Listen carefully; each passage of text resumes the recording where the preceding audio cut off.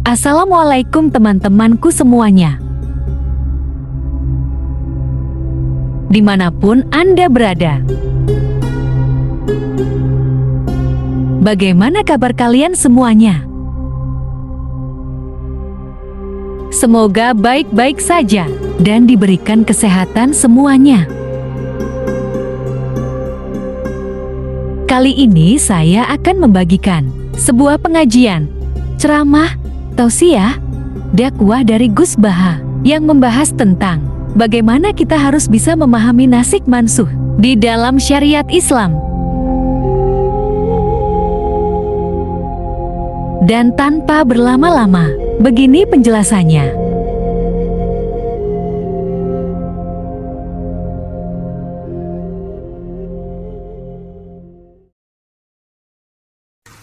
As-sajdatul wahidatu khairun minad dunya wa ma fiha. Satu sujud lebih baik ketimbang dunia seisinya.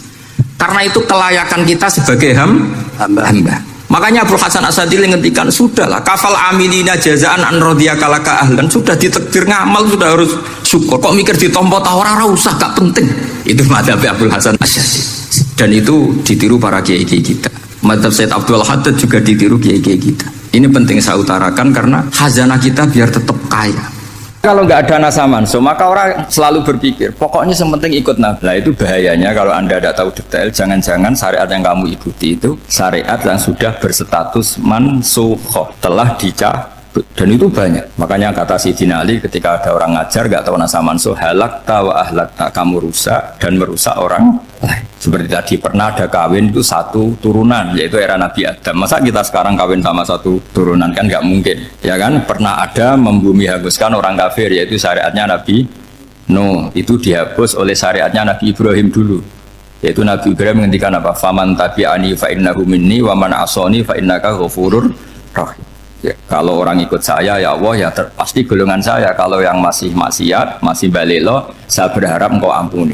Akhirnya banyak orang kafir tobat. Coba era Rasulullah itu semua orang kafir Mekah itu kafir. Nabi belum wafat itu sudah ada 114.000 mukmin semua. Jadi Nabi menangi mayoritas orang menjadi mukmin dari mayoritas kafir, yaitu disebut wara'aitan nasa yadkhuluna fi dinillahi afwaj. Andai kan Nabi Muhammad pakai syariatnya Nabi Nuh, bisa nggak mengislamkan orang sebanyak itu? Nggak bisa kan? Maka ini penting mengenali nasah mansuh. Jadi periode cara wong Jawa maksud no tuntas, Robila Tadar itu pasot tuntas itu menghabisi itu habis di periode Nabi siapa? Nuh. Syariat itu sudah nggak dipakai lagi. Yang dipakai apa? Faman tabi'ani fa innahu minni wa man asoni fa innaka ghafurur rahim. Lah Nabi Muhammad ini Nabi yang kena khitab anit tabi' millata Ibrahim Hanifah. Jadi masternya Nabi Muhammad itu mentornya Nabi Ibrahim. Sehingga syariatnya ya faman tabi'ani fa innahu minni wa man asoni fa innaka ghafurur rahim. Tidak syariat Rabbila tadhar alal ardi minal kafirina daya. Jelas ya. Jadi mengenali nasa mansuh itu penting sekali, karena kalau enggak Anda halakta wa ahlakta, kamu merusak diri kamu sendiri juga merusak orang lain, karena menfatwakan hukum yang sebetulnya sudah berstatus mansukhoh hanya berdasar itu kan syariatnya nabi-nabi dulu. Syariat yang apa? Syariat yang nggak pernah terhapus hanya satu, usuluddin, yaitu tauhid, itu sama. Tapi kalau syariat itu beda-beda, atau furu'iyah itu beda-beda. Yaitu tadi saya beri contoh era Nabi dulu, kalau ada pakaian najis dipotong, dibuang. Era Nabi Muhammad dicuci. Orang kafir dihabisi oleh langit. Era Nabi Muhammad nggak boleh, bahkan didoakan Allahumma hdi qaumi fa innahum la ya'lamun. Di Qur'annya apa? Wa inna haddum minal musyrikin astajaroka fa'jiruhu hatta yasma'a kalama wa thumma ablihu ma'mana. Jadi kalau ada orang kafir nggak boleh main dihabisin mereka, beri peluang untuk mengkaji kitab Allah hatta yasma'a kalama wa. Kalau mereka sudah berpeluang ngaji, harus thumma ablihu ma'mana, harus dijamin keamanan. Ya, karena apa? Dzalika bi annahum qaumul la ya'lamun. Bagaimanapun mereka memang karena tidak tahu. Nah, kenapa tidak tahu? Enggak. Karena tadi mereka tertutup oleh kultur yang beratus-ratus tahun. Mbah-mbahnya mereka menyembah batu, menyembah berhala. Ya tahunya itu ya Tuhan. Bagaimana Anda bisa menjelaskan sesuatu yang sudah beratus-ratus tahun? Kan tidak gampang. Maka ada periode dimaklumi apa? Kalau era sampean kan, mosok waktu disembah saking gobloknya orang, kamu lahir kan sudah nyembah Allah, tidak nyembah batu. Bayangkan kalau kamu jadi mereka, wong perut kamu saja disuruh makan pizza sakit kok, karena saking lamanya makan sambal kan gitu. Kamu bilang perempuan Indonesia saja cantik kok, saking lamanya jadi orang Indonesia. Padahal orang Indonesia tanyakan orang Eropa, cantiknya di mana? Kamu lahir di Afrika, bilang orang Afrika itu cantik, tanyakan orang Eropa, cantiknya di mana? Hitam gitu kok. Jadi orang itu pasti terkooptasi oleh sekelilingnya. Orang Afrika akan bilang wanita Afrika itu cantik. Coba tanyakan orang Eropa, cantik apa enggak? Belas. Orang Eropa yang kulitnya gitu kata orang Eropa indah, kata sampean. Koyok anaknya kebu katanya boleh jadi. Jadi orang itu akan terkooptasi oleh sekelilingnya. Bayangkan kalau semua orang nyembah berhala terus kamu ndak, alasan kamu apa? Kan menentang mayoritas. Dan itu berat. Maka dimaklumi oleh Allah, dzalika bi annahum qaumul la ya'lamun fi manah panyeruarah. Nah, pemakluman ini yang mulai sekarang terkikis. Orang main pukul saja nggak mau ngaji. Nggak mau ngaji Quran secara kafah. Jadi fatwanya Islam kafah tapi ngajinya Quran enggak kafah. Ngambil 1-2 potongan ayat dipakai dalil. Jadi Islamnya inginnya kafah tapi ngajinya Quran enggak. Kalau kafah ya hafal 30 juz itu. Kalau mau kafah ya hafal berapa? 30. Makanya saya sering bilang, saya sering dinasihati orang karena belum tahu saya ini hafal Quran. Bapak harusnya Islam itu kafah. Kata saya ya dimulai dari konsep Islam itu kafah dulu, apa ya hafal Quran secara kafah. Jadi ini penting saya utarakan. Bahaya sekali orang mengenali Islam tanpa mengenali nasah mansukh. Karena beberapa syariat Nabi sebelum kita itu berstatus mansukh. Terus contoh berikutnya. Ini nasah mansukh antar Nabi apa khusus internal Nabi? Antar Nabi aja nggak selesai ini sampai subuh aja nggak selesai. Contoh yang paling keren mungkin cowok semua senang. Nabi Dawud dulu istrinya berapa? 99. Nah, itu kalau masih halal itu kan berarti jenengan tuh punya istri berapa? Oh, itu kan ngeri betul. Punya satu aja repotnya gitu, apalagi berapa? Punya 99. Terus kamu bilang gini, ini kan syariatnya Nabi Dawud, Nabi kan bisa diikuti. Pernah ada periode di mana seperti itu boleh. Jadi makanya mau tidak mau mengenali nasah mansukh itu harus. Kalau enggak ya kamu masih berkeyakinan boleh beristri berapa? Nah ini penting saya utarakan. Makanya Sayyidina Ali itu kalau ngetes calon mubalek, kira-kira kalau Kemenak dulu inginnya apa? Sertifikasi apa? Mubalek. Itu tanyanya gitu. Ta'rifun an-nassa wal mansukh, kamu apa tahu nasah mansukh? La. Jawabnya Sayyidina Ali, halak tahu ahlak tahu. Kamu orang yang rusak. Karena tadi takutnya ada syariat yang sudah mansukh dipakai. Itu tadi misalnya kita ini tidak umatnya Nabi Nuh, tapi pakai syariat Robbila tadar alal ardi minal kafirina. Terus ketiga begini, misteri manusia itu. Dan ini kita tidak pernah tahu sampai kiamat, tapi ini ilmu harus kita diskusikan. Misalnya saya ini namanya Bahauddin. Saya sekarang hidup sampai 2019 sekarang. Kan hanya Allah yang tahu berapa turunan saya sampai kiamat dan statusnya kayak apa. Donald Trump juga gitu. Donald Trump itu sekarang kafir, tapi kita tidak pernah tahu nanti turunan keberapa ada yang Muslim. Nah turunan yang calon Muslim ini diletakkan di mana kita tidak tahu. Yang jelas kalau kamu bunuh itu katut itu. Artinya gini, logika membiarkan orang kafir itu ya ada logikanya. Gitu. Logika membunuh karena mereka mau membunuh kita ya ada logika fikihnya, karena kalau kita ada membunuh dibunuh. Makanya semuanya hukum ini terus bergantung al-hukmu yaduru ma'ilatihi wujudan wadan. Di sini terus dipertemukan. Makanya semua nabi itu kalau yang namanya membunuh pasti pas perang saja, karena ini kondisi yang memang pilihannya hanya dua, kalau nggak dibunuh ya membunuh. Ada duel lah itu. Maka ini butuh kajian fikih dan orang nggak boleh subjektif dalam hal ini. Saya ulang lagi, tidak boleh subjektif. Karena tadi orang yang kamu katakan sekarang misalnya Zaid, kamu itu bodoh sekali. Kenapa bodoh? Nggak hafal Quran, nggak pernah kuliah, nggak pernah ngaji. Ternyata Zaid ini bersemayam calon anak yang alim alama hafal Quran, namanya Umar, tapi masih jadi sperma. Suatu saat Zaid itu punya anak alim alama, kan banyak orang tidak bisa baca Quran punya anak hafid, banyak nggak di Indonesia? Banyak nggak petani yang punya anak dekan? Petani punya anak dekan, yang dekan punya anak naik kelas saja susahnya bukan main. Banyak kan?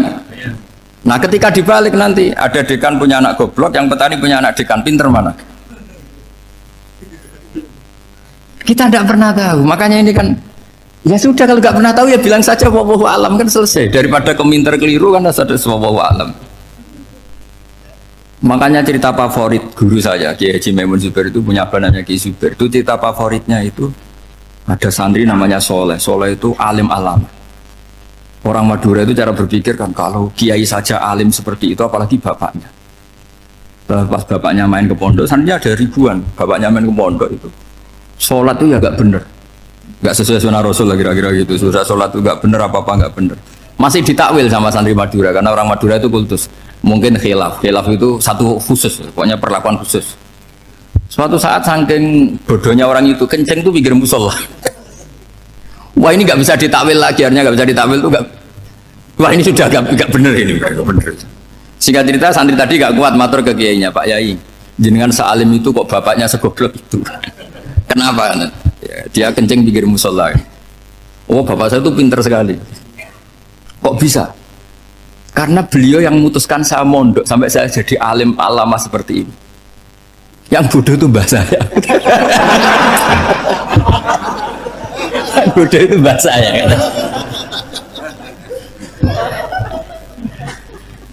Artinya gini, sekarang misalnya Anda dekan, atau Anda rektor, atau Anda profesor, atau Anda kiai top mubalek kondang. Anda mubalek kondang terus punya anak, gobloknya bukan main. Atau apalagi anaknya ketangkep KPK. Yang satu anaknya orang bodoh jadi dekan. Kalau kompetisi ini pinter mana coba? Ada ahli metodologi tapi anaknya itu terlibat narkoba. Yang ini petani utun, anaknya dekan. Kira-kira kalau dikompetisikan pinter mana? Anaknya pinter petani tadi gitu. Yang ketika petani kamu vonis bodoh gitu.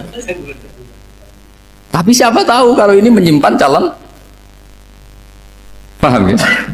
Kita tidak pernah tahu. Makanya Quran selalu ngajari dalam ilmu sosial itu wa in adri la'allahu fitnatul lakum wa mata'un ilah. Dalam ilmu sosial itu kita harus jawab tidak tahu. Karena mubin. Makanya saya tadi pagi ngaji di direktorat, saya bilang, saya pernah diprotes orang, Gus kamu udah jelas 01 apa 02. Ya saya jawab itu, manusia itu makhluk yang paling nggak jelas. Sekarang soleh, suatu saat bisa saja nggak soleh. Yang sedang nggak soleh, suatu saat soleh. Sesuatu yang mungkin rubah kok kamu fanatik itu gimana? Nalarnya itu gimana? Coba kita tahu dulu, Wahsy itu pembunuh Hamzah, akhirnya mati mukmin ya enggak? Padahal orang yang sangat dibenci Rasulullah karena membunuh Sayyid siapa? Hamzah. Sa'labah yang tukang itikaf di masjid, akhirnya su'ul Fatimah. Kita tidak pernah. Nah kalau nggak pernah tahu ya tidak usah terlalu fanatik biasa saja. Kayak jenengan seneng saya itu ya saya tidak tahu sampai kapan ya. Saya seneng sampai kapan ya. Tahu kayak suami istri. Pas nikah harmonis bulan madu sampai kapan bertanya. Yang jelas paling awet itu pasangan jelek itu pasti nggak awet. Makanya jadi guyonan tuh. Pasangan itu jangan baik-baik gak awet. Kalau jelek itu awet. Ternyata maksudnya cantik sama ganteng. Itu suatu saat pasti jadi jelek. Yang jelek sama jelek pasti jelek terus. Makanya jadi guyonan. Kalau pasangan jelek itu awet katanya. Tapi kalau pasangan baik, ternyata baik wajahnya itu pasti gak awet. Suatu saat pasti jelek, tapi yang jelek awet. Karena mulai dulu ya jelek sampai gitu. Awet jeleknya maksudnya bukan. Ya jelas ya, jadi saya mohon sekali ini ilmu. Sampai ndak urusan, ini bukan urusan cocok tidak cocok, tapi ilmu. Ilmu harus kita dengar bahwa syariatnya para nabi itu yang sifatnya furu'iyah, tidak usuliyah, tidak tauhid itu potensi rubah. Sehingga mengkaji nasab manusia itu satu keharusan seorang ulama. Makanya setiap ada syariat nabi, hal hadis syariah mu'abbada amla, mansukha amla. Karena potensi itu tinggi. Kita tahu dulu semua nabi sholat menghadap apa? Baitul Maqdis. Era Rasulullah dipindah ke Ka'bah. Tapi kalau kamu katakan total Baitul Maqdis ya tidak juga. Nabi Ibrahim mulai dulu madhabnya ke Ka'bah. Tapi kalau Nabi Musa ke Baitul Maqdis. Terus kamu bilang ini 01, 02 ya memang syariat jadi sesuatu yang furu'iyah. Nah, kenapa ini furu'iyah? Jawabannya sederhana. Ketika seseorang menghadap Ka'bah itu menghadap batu apa menghadap Allah? Allah. Ketika menghadap Baitul Maqdis hakikatnya menghadap Allah apa menghadap Baitul Maqdis? Allah, maka menghadap Ka'bah itu sebenarnya masalah furu'iyah. Yang masalah usuliyah adalah inni wajjahtu wajhiya lilladzi fataras samawati wal ardh. Yang permanen adalah menghadap Allah Subhanahu wa taala. Cuma secara prosedur syariatnya secara zahir menghadap Ka'bah. Maka potensi rubah karena ternyata itu furu'iyah, untuk kiblatnya itu furu'iyah. Yang permanen adalah menghadap ke Allah Subhanahu wa taala. Ini pentingnya. Jadi terus sekarang masih antar nabi apa di internal nabi? Ini sudah mau selesai waktunya, sudah habis ini. Internal. Ini sudah selesai, ini sudah pas. Mohon maaf ya. Oh. Jam ini sudah.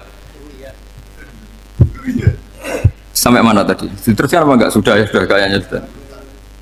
Biar kelihatan cerdas terus. Sekali pertemuan sudah pinter gitu. Berapa? Setengah jam sudah pinter. Yang internal nabi apa antar nabi? Internal ya, sudah sekarang ke internal. Kalau internal lebih banyak lagi contohnya. Yang masyhur tentu masalah Baitul Maqdis. Dulu Rasulullah pernah sholat menghadap Baitul Maqdis 16 bulan berapa? 16 bulan, kila 17. Soalnya khilafnya hanya 16 dan 17. Kalau ada bilang 10 bulan berarti gak pernah ngaji khilafnya. Karena khilafnya itu hanya 17 sama 16. Akhirnya sama Allah diminta disuruh menghadap ke Ka'bah. Saya ulang lagi, itu tetap masalah antar nabi sebetulnya. Begini, makom itu kalau dalam bahasa Arab bukan kuburan. Kalau di Indonesia kan makomnya Sunan Bonang itu kan kuburan. Kalau makom dalam bahasa Arab itu sesuatu yang pernah dipakai singgah, itu namanya apa? Makom. Lalu Rasulullah itu pertama di Medina itu madhab Baitul Maqdis itu 16 bulan. Orang Yahudi senangnya bukan main, sampai mereka bilang gini, Muhammad tuh gaya-gaya nantok punya agama baru, tapi kiblatnya ikut kita. Baguslah anak itu, katanya masih tahu diri katanya. Bagus katanya itu masih tahu diri. Jadi senangnya bukan main orang Yahudi, karena kiblatnya Muhammad sama dengan mereka. Ya tentu mereka jangkar Muhammad, bukan Sayyidina Muhammad atau Rasul Muhammad, karena mereka masih nggak iman. Nabi itu ya agak tersiksa, karena beliau secara gen turunan Nabi Ibrahim dan kiblatnya Ibrahim itu Ka'bah. Agak tersiksa tapi sami'na wa ata'na tetap madhab ke Baitul Maqdis berapa? 16 bulan. Suatu saat Nabi Muhammad itu disuruh madhab Ka'bah. Ini dengerin. Akhirnya madhab ke Ka'bah. Apa yang terjadi? Orang Yahudi komentar gini, Muhammad itu gimana? Dia di perantauan, rindu sama keluarganya, terus rindunya itu diaplikasikan jadi perilaku agama. Jadi dia madhab Ka'bah dianggap kangen. Kayak saya kan orang Rembang. Rembang itu apanya Jogja? Timurnya apa? Nggak, Jakarta itu mana? Jakarta itu barat sana ya. Ibaratnya saya orang Jakarta terus merantau di Jogja. Dulu kiblatnya itu menghadap ke timur, terus ketika madhab ke barat, kata sampean, wah itu padunya kangen apa? Keluarga. Juga kurang ajar orang Yahudi. Jadi orang Yahudi itu memang paling pinter bully. Makanya kalau sampean tukang bully itu ya agak-agak ya enggak. Saya enggak ngomong agak ya, pokoknya agak-agak itu. Ya. Pinter bully orang Yahudi. Makanya nggak ada orang debat sepinter orang Yahudi. Yang bisa ngalahkan hanya Tuhan itu. Orang Yahudi yang bisa ngalahkan hanya Tuhan. Sayyidina Ali tak orang paling terkenal cerdas. Itu kalau sama orang Yahudi itu pusing. Karena ya apa logikanya itu? Saya beri sekian contoh. Ada orang Yahudi tanya gini, Muhammad, kalau kambing mati itu yang bunuh siapa? Ya Allah, mati langsung itu. Agama kamu itu aneh, Mak. Yang langsung sentuhan Allah haram, tapi yang lewat tangan-tangan jahil manusia malah halal. Harusnya itu yang halal kan orisinil, langsung Allah yang mundur. Jeduteknya itu aneh, dari cara berpikir itu aneh. Nah cara sampean ini kan nak halal pangan kue, tapi Nabi kan nggak boleh bertutur kata kasar gitu. Kalau yang jadi Nabi saya untalan ngono kan gitu. Tapi Nabi kan nggak boleh kasar. Jadi Nabi itu problem karena nggak boleh apa? Kasar.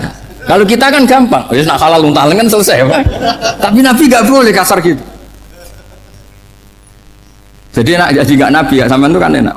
Mau keliru ya pantas, mau apa saja pantas. Karena kan nggak panutan. Kalau Nabi nggak bisa meluruskan kebenaran itu harus tetap sesuai akhlak. Ya jadi agak kerepotan. Makanya punya Umar alhamdulillah ada yang nggak perlu aturan gitu. Jadi enak. Jadi ya itu memang aturannya harus itu. Coba Nabi itu perang tapi nggak boleh bunuh. Kayak apa susahnya? Beliau jadi sasaran tembak tapi nggak boleh bunuh. Kalau sahabat kan enak, duel, relax, santai, bisa tarung. Kalau Nabi nggak boleh. Makanya Nabi meskipun ikut perang terus, gak ada sejarah orang yang dibunuh.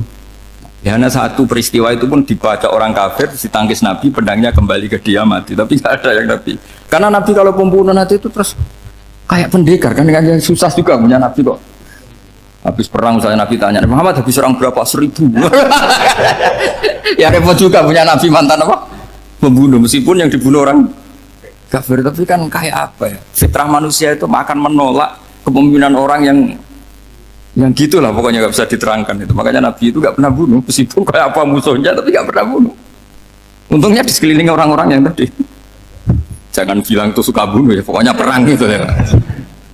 Perang dengan bunuh itu beda loh ya. Kalau perang itu fair apa? Fair. Sampai mana tadi? Nabi Ibrahim ya. Makom tadi saya ulang lagi. Nabi Muhammad menghadap ke Baitul Maqdis itu hanya Allah nuruti. Ini loh Nabi betul.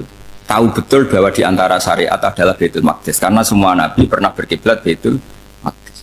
Tapi Nabi ketika menghadap ke Ka'bah, Nabi juga dibilangin sama Allah. Ini loh syariat yang benar karena Ka'bah juga kiblat sing a'taku, lebih tua ketimbang Baitul Maqdis. Maka disebut Ka'bah Atiqah. Ilal Baitil Atiq. Kalau Quran bahasakan Ka'bah apa? Wal yatawafu bil Baitil Atiq. Atiq itu tua sekali. Ya, sudah.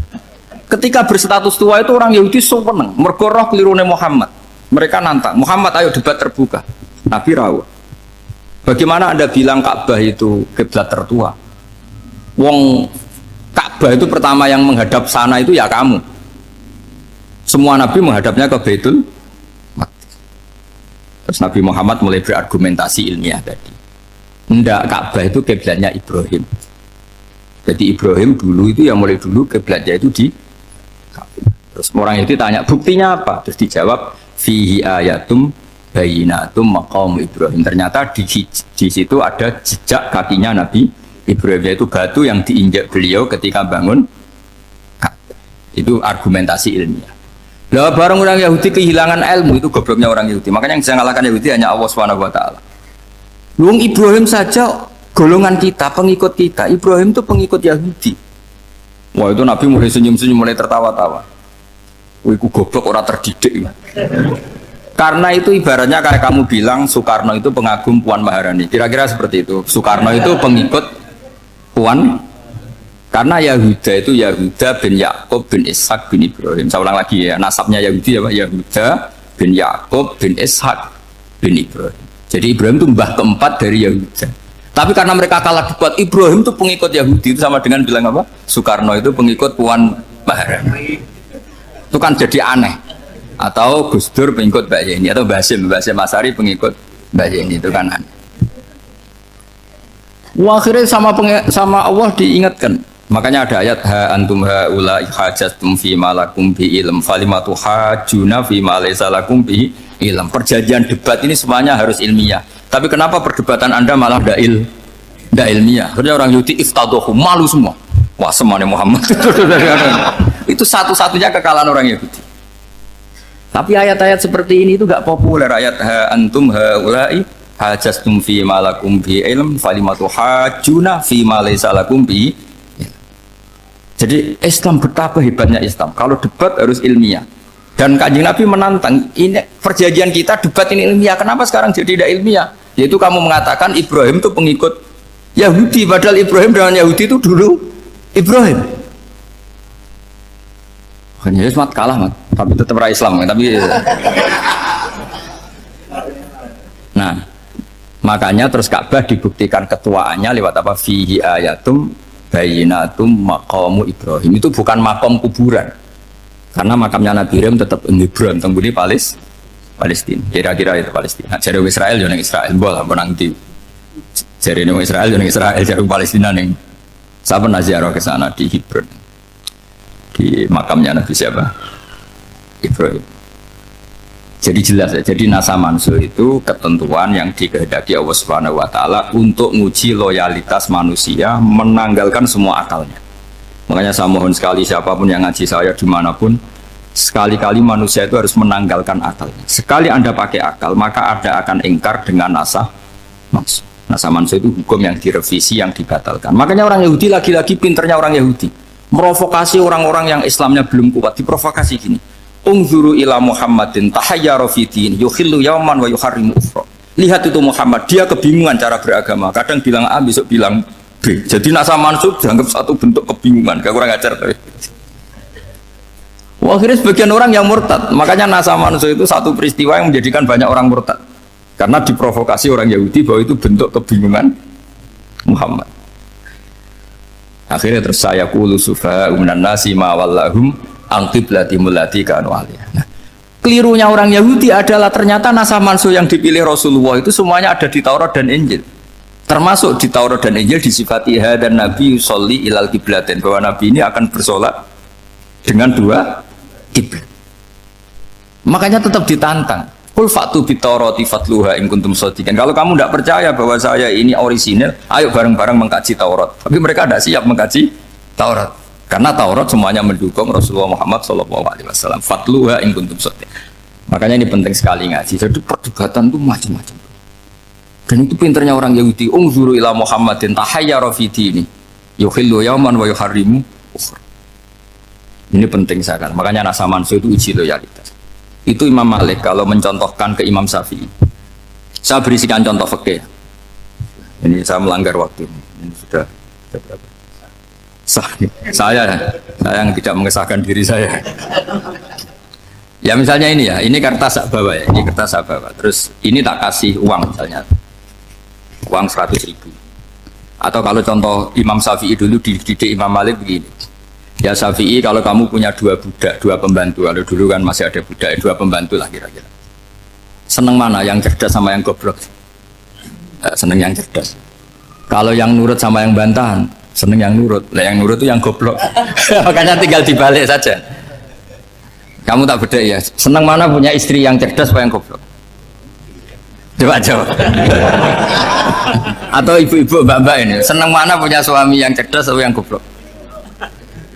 Kalau cerdas gak bisa diakali, tapi goblok nurut tapi ya kadang di sini kan di sini.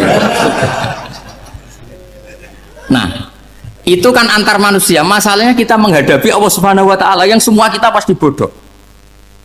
Kita menghadapi Allah Subhanahu wa taala yang semuanya kita pasti bodoh. Allah jelas ngendikan wa kanal insanu dzaluman jauhlah, manusia itu banyak dolimnya. Dolim itu sifat mubalaghah. Kalau orang dolim sekali dolim, kalau sering zalum, kalau jahil biasa jahil, kalau banget jahili jahul. Bahasa Arab kan gitu memang. Ghafir, pengampun biasa. Kalau ghafur selalu mengampuni. Syakir, makanya sifatnya Allah Ta'ala ikut wazan fa'ul semua. Ghafur, syakur, atau diikutkan wazan fa'al. Kalau goblok biasa jahil, goblok banget jahal kan itu. Kafir biasa kafir, kalau kafir banget kafar. Ya, jadi wazan balagha itu bisa fa'al, bisa fa'ul ya. Kafirin kafar atau kafur, paham ya? Malah ngaji nahwu ya, tapi ini memang perangkatnya ya, ini kan perang mau tidak mau. Makanya misalnya Allah tidak suka kulla kafarin banget kafir ya, Pak? Paham ya? Kulla khawanin banget khianate. Kalau khain khianat biasa, kalau khawan sering khianat. Lah manusia itu kata Allah apa? Zaluman, wis banget dolime, banget bodoh. Itu kalau yang ngarang hikam mencontohkan tuh gini, manusia itu pas bener saja salah, apalagi pas salah. Jadi manusia itu kata Imam yang ngarang hikam itu, man itu kanat mahasinhu masawiyah fakih fala takunu masawihi masawiyah. Ketika baik saja buruk, apalagi ketika buruk. Coba kalau ada orang dermawan sama teman-temannya, tanyakan istrinya, duit dihambur-hambur, bisikno konco ngalono bojo. Mesti gitu. Teman yang sering silaturahim ke teman-temannya, kata temannya baik, senang silaturahim, tanyakan istrinya, oh meninggali wong. Jadi manusia pas baik saja ada buruknya, apalagi pas buruk. Makanya dulu bapak saya ngajarin saya istiqomah ya apik ya, tapi kadang-kadang nak keterusan itu istiqomah ngangkangi orang dia tidak punya kesempatan. Misalnya ada imam masjid imami terus sampai tua sampai mau mati, itu istiqomah apa tidak memberi peluang yang lain? Tidak jawab. Jadi itu manusia, jadi pas baik saja buruk, apalagi pas buruk. Kayak saya gini di sini ngajar baik, tapi saya ada sopannya harus di atas. Padahal banyak orang sepuh, ada Pak On, ada beberapa yang kan terpaksa nggak sopan. Tapi sampean yang nyuruh, berarti sampean yang dosa. Kemarin-kemarin saya minta di bawah supaya ganjaran saya utuh, ini gara-gara begini ganjaran saya ini agak terkredit terdebat itu karena itu.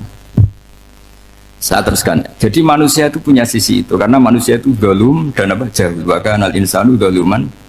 Problemnya ini ngadepi Allah yang selalu pinter, yang kita selalu bohong. Misalnya gini, kamu ditanya Allah. Ini contohnya Imam Malik. Ikla hadi sokhroh fa inna tahtaha dhahaban. Coba bongkahan batu itu kamu angkat, di bawahnya ada emas. Lalu budak yang pinter berlogika, oh disuruh buka itu karena ada emas toh. Berlogika. Kalau budak yang goblok enggak, ya disuruh ya diangkat saja. Ada emas apa enggak karena perintah ya diangkat. Yang satu nurut karena perintah, yang satu nurut karena ada emas, ada sesuatu. Logikanya suatu saat Tuhan tuh hanya bilang gini dok, ikhla hadis sokhroh, batu itu angkat. Yang nurut yang goblok permanen tadi kan langsung ngangkat. Yang pinter, ini ada apa lagi Gusti kok harus diangkat? Ya gak ada apa-apa, nyuruh saja kata Allah gitu. Wah tidak bisa, sesuatu harus ada alasannya. Itu kira-kira mangkel loh agak. Oh mangkel. Nah, logikanya manusia seperti itu. Makanya dua murid pinter, di rakyat pinter, presiden ya susah mesti demo. Goblok ya susah di sini wong. Ini kan nggak ada pilihan. Memang manusia itu nggak ada pilihan. Nah sekarang masalahnya gini di fikih ini, saya kembali lagi ke fikih.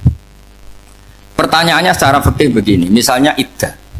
Iddah itu seorang perempuan ditinggal mati suaminya atau ditinggal atau cerai. Itu kan ada namanya apa?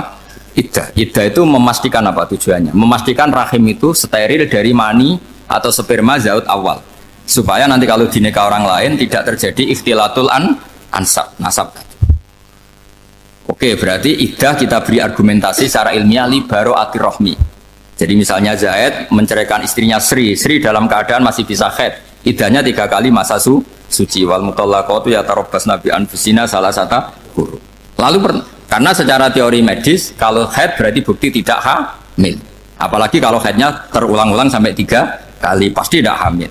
Jika kalau nanti dinikahi orang lain pasti kalau ada anak ya anaknya zaud sani atau zaud kedua. Berarti alasan iddah li baro'atir rahmi. Oke, kita sok pinter, sok bijak.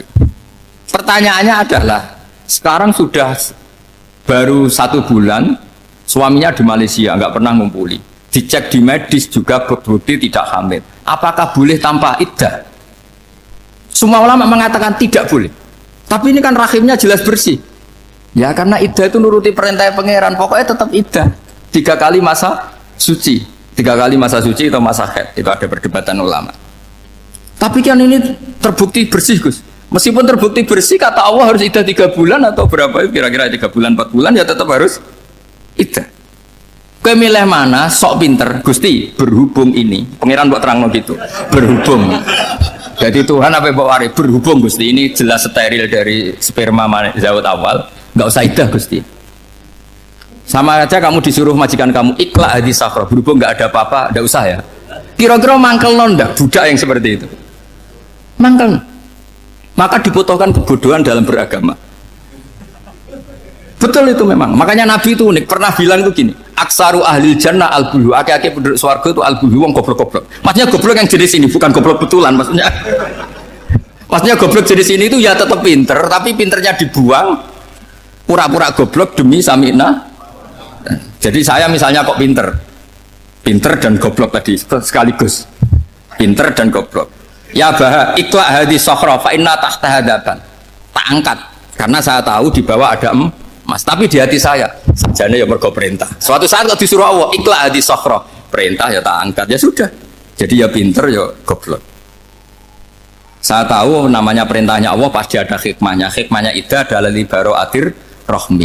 Tapi hikmahnya jadi kawula adalah nurut perintah Allah, cek tahu alasannya maupun tidak. Nah, di sini ada illatul hukmi untuk membangun kecerdasan, tapi ada loyalitas untuk membangun ubudi. Ya, bahwa kita ini kawula roh tetap loyal.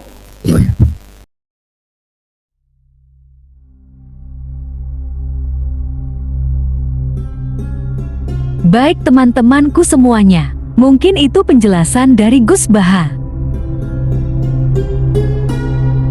Semoga bermanfaat dan kita bisa sama-sama belajar. Wassalamualaikum warahmatullahi wabarakatuh.